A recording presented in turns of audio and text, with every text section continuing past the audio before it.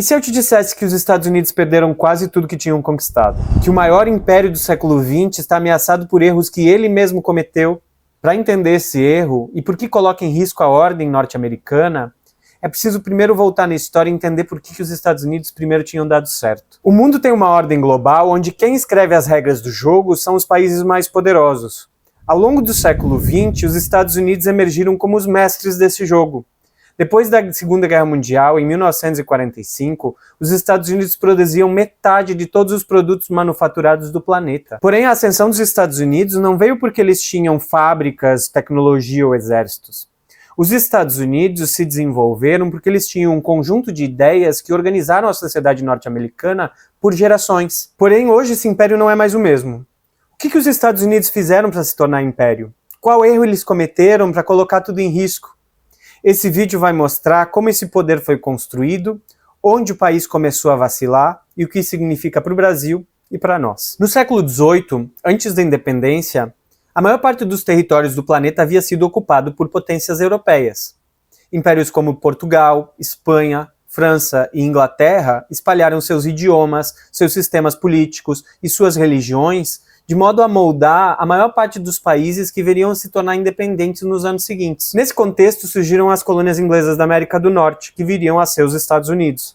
Lá, diferente de outros processos de colonização, ocorreu um processo de povoamento, ou seja, a fixação estável de famílias inteiras em pequenas propriedades com agricultura de subsistência e uma intensa vida comunitária. Esse modelo funcionava como uma cultura política nova, que programava valores, comportamentos e atitudes que favoreciam a iniciativa privada, o individualismo e a inovação.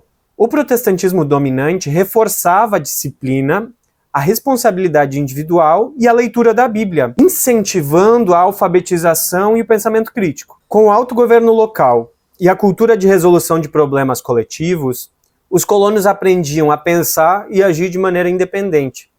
Essas experiências favoreceram a Revolução Norte-Americana que viria a tornar os Estados Unidos independentes da Inglaterra. A Constituição dos Estados Unidos de 1787, que está valendo até hoje, consagrou princípios como a divisão entre os poderes, direitos individuais, igualdade dos indivíduos perante as leis, liberdade de expressão, que viriam a estruturar uma cultura política de autonomia e de participação cidadã nas decisões coletivas. Óbvio que a gente não precisa idealizar os Estados Unidos. Houve escravidão e genocídio dos povos indígenas lá. Mas a gente precisa poder comparar com o Brasil. O processo de ocupação do Brasil foi com base em exploração dos recursos naturais, formação de fazendas de plantation com monocultura e amplo uso de trabalho escravo, uma pequena elite com muito poder e muitos recursos na sua mão.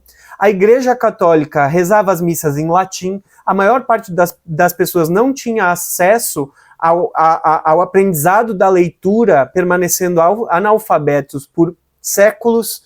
Isso fez com que a cultura dos Estados Unidos e a cultura brasileira, o algoritmo mental das duas populações fosse bastante diferente. Isso é importante porque no início do século XX, essa disparidade já aparecia nos números. 90% da população norte-americana sabia ler e escrever, enquanto somente 20% dos brasileiros era alfabetizado. Isso quer dizer que os Estados Unidos foram incentivados a inovar, fizeram uma revolução, e o Brasil permaneceu colônia e foi incentivado a obedecer. Isso permanece na nossa herança, fazendo que os Estados Unidos pudessem ascender ao topo e ao centro do poder da ordem internacional, enquanto o Brasil permanecesse na periferia. Com a independência dos Estados Unidos, o país não se limitou a trocar bandeira.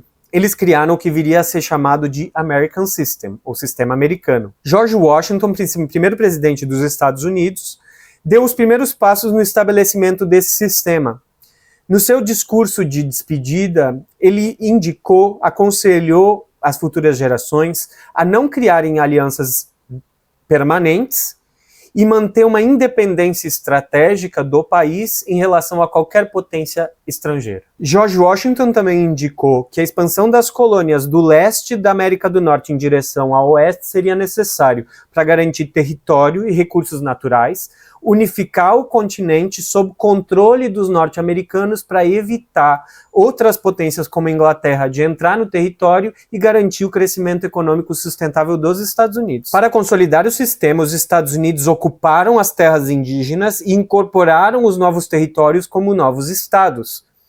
Isso fez com que eles conseguissem consolidar alguns objetivos, por exemplo, estabelecer uma soberania nacional, criar um território unificado, com uma moeda única, com novas regras de comércio interno e infraestrutura para o desenvolvimento nacional. Enquanto países como o Brasil permaneceram dentro da estrutura do Império Europeu, os Estados Unidos projetaram o seu futuro, protegeram as suas fronteiras e estabeleceram as bases para o que seria o seu poder nos séculos seguintes. Em que consistia então o American System?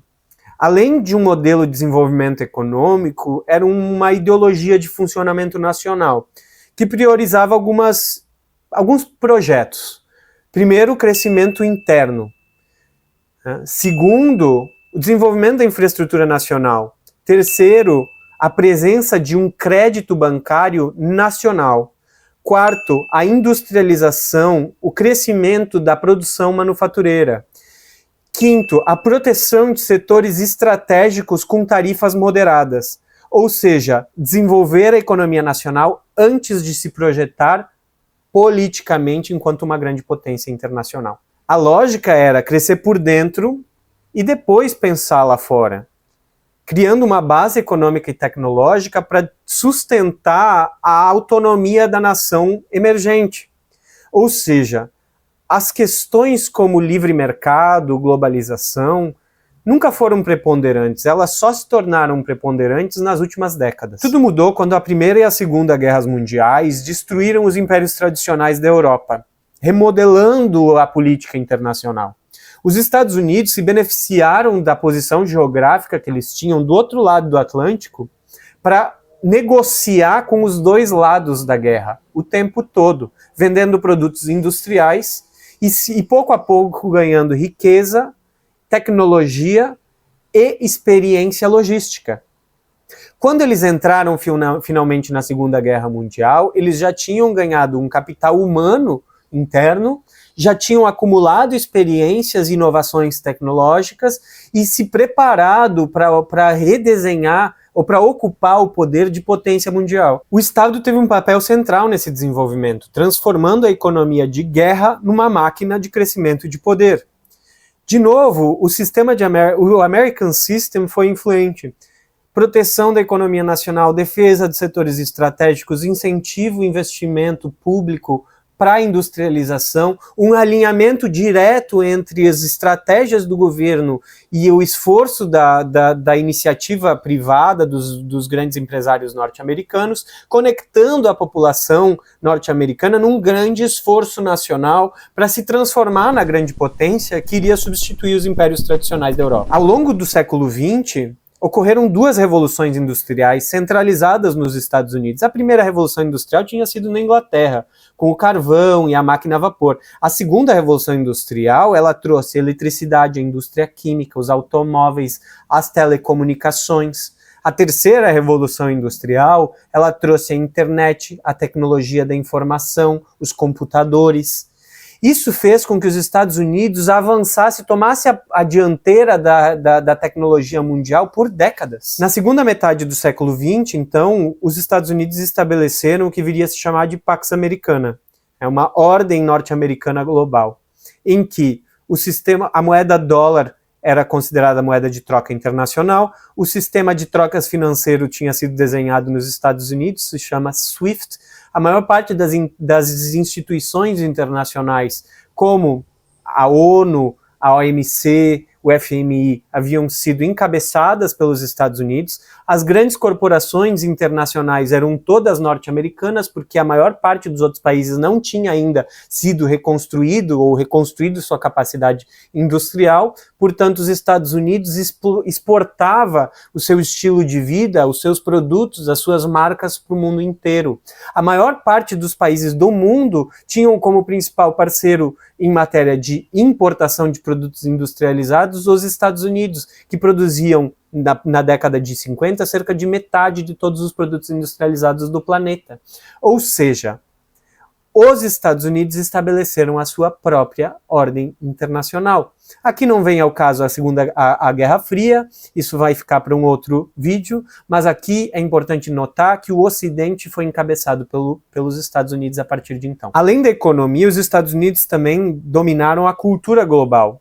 A língua inglesa virou referência, os filmes de Hollywood foram exportados para o mundo inteiro, as pessoas começaram a sonhar com as marcas e com os costumes norte-americanos. O American Dream, o sonho norte-americano, virou um padrão de consumo e um padrão de cultura para o mundo inteiro, estabelecendo quais são os padrões de aspiração de vida para todos os povos do planeta. A trajetória da ordem mundial, então, desembocou num sistema de influência com os Estados Unidos no centro, do ponto de vista econômico, político e cultural. Agora a gente precisa notar que o Estado, o governo norte-americano, foi muito importante na transformação, na geração dessa superpotência, ao garantir infraestrutura, investimento e estratégia industrial, fazendo com que os Estados Unidos se transformassem na potência capaz de moldar e de definir a trajetória das instituições também dos outros países. Esse modelo que deu certo nos Estados Unidos não foi o modelo que eles exportaram para o mundo a partir de 1990, quando a Guerra Fria acabou.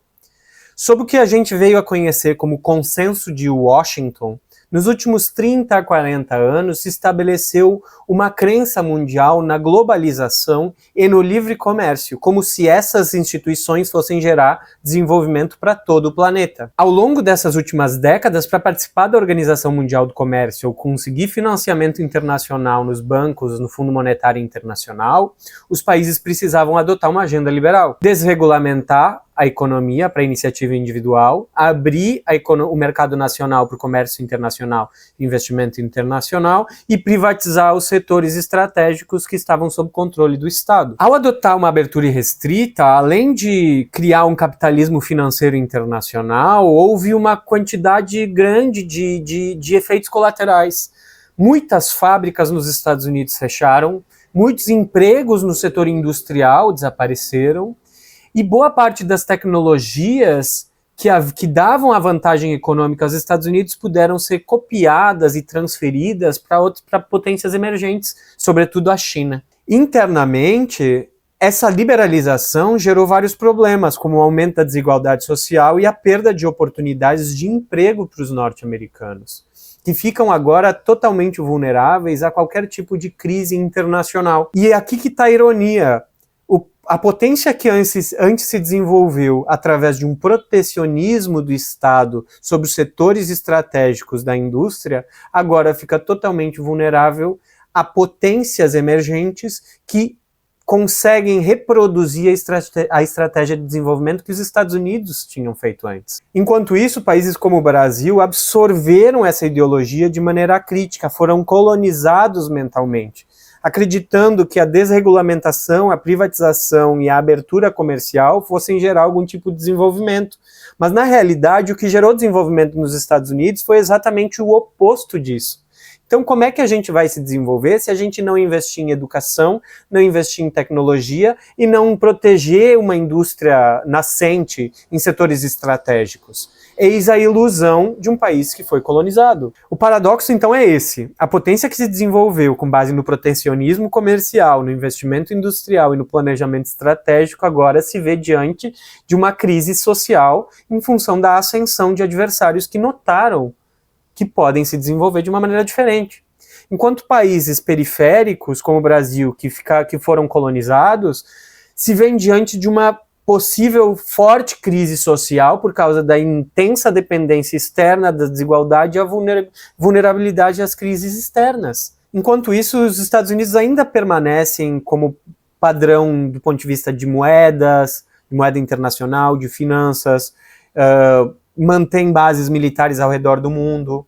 Porém, a sustentação desse império, dessa ordem internacional, está cada vez mais enfraquecido, com a ascensão de novas potências, como a China, como a Índia, como a Rússia.